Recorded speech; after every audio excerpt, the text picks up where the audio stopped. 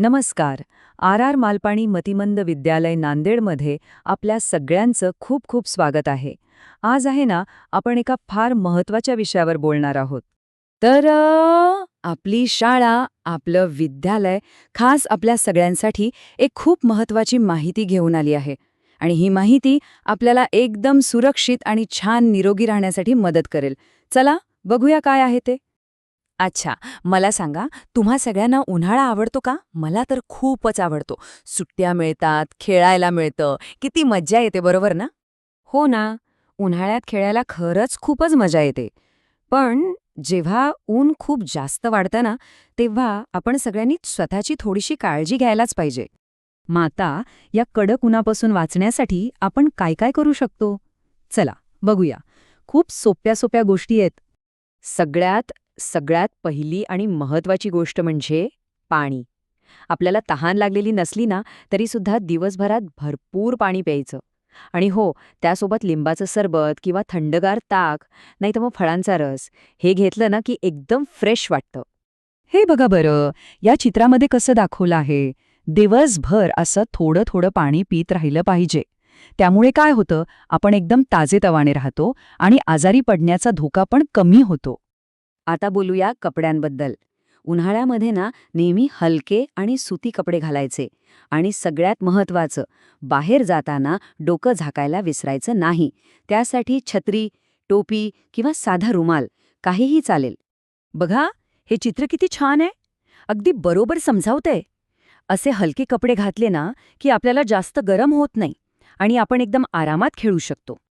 अच्छा, आता आपण बघूया की कोणत्या गोष्टी उन्हाळ्यात अजिबात करायच्या नाहीत, म्हणजे आपण सुरक्षित राहू. दिवसातला एक नियम तर पक्का लक्षात ठेवायचा. तो म्हणजे दुपारी 12 वाजल्यापासून ते 3 वाजेपर्यंत शक्यतो बाहेर जायचंच नाही. कारण या वेळेत ऊन खूप खूप जास्त असतं. म्हणून या वेळेत बाहेर खेळणं तर टाळायचंच. हे घड्याळ बघा बरं. यात जी वेळ दाखवली आहे ना, ती अगदी लक्षात ठेवा. ही वेळ घरात शांत बसून आराम करण्याची आहे किंवा मग घरातल्या घरात खेळ खेळण्याची आहे. आणखी 2 खूप महत्वाच्या गोष्टी आहेत.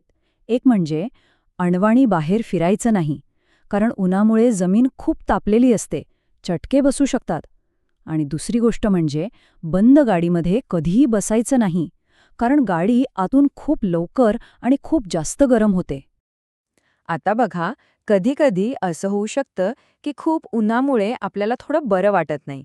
मग अशा वेळेस अजिबात घाबरायचं नाही. काय करायचं ते आपण आता समजून घेऊया.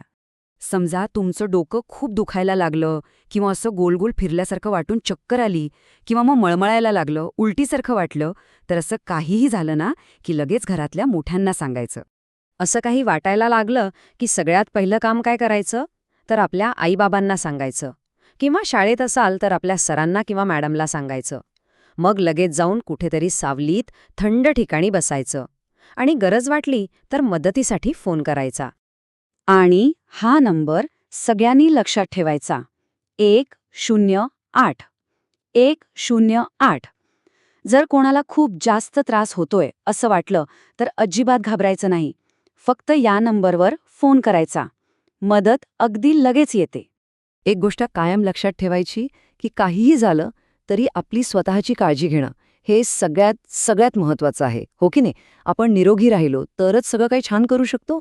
चला तर मग, ह्या उन्हाळ्यामध्ये आपण आता ज्या सगळ्या सोप्या सोप्या गोष्टी बोललो त्या लक्षात ठेवायच्या, सुरक्षित राहायचं आणि खूप खूप मजा करायची, आनंदी राहायचं. आणि हो, हे नेहमी लक्षात ठेवा की तुमची शाळा, आपलं मालपाणी मतिमंद विद्यालय नेहमी तुमच्या सोबत आहे. कोणतीही अडचण आली तर आईबाबांना सांगा की त्यांनी शाळेत फोन करावा. आम्ही मदतीसाठी नेहमीच तयार आहोत. स्वतःची काळजी घ्या हं.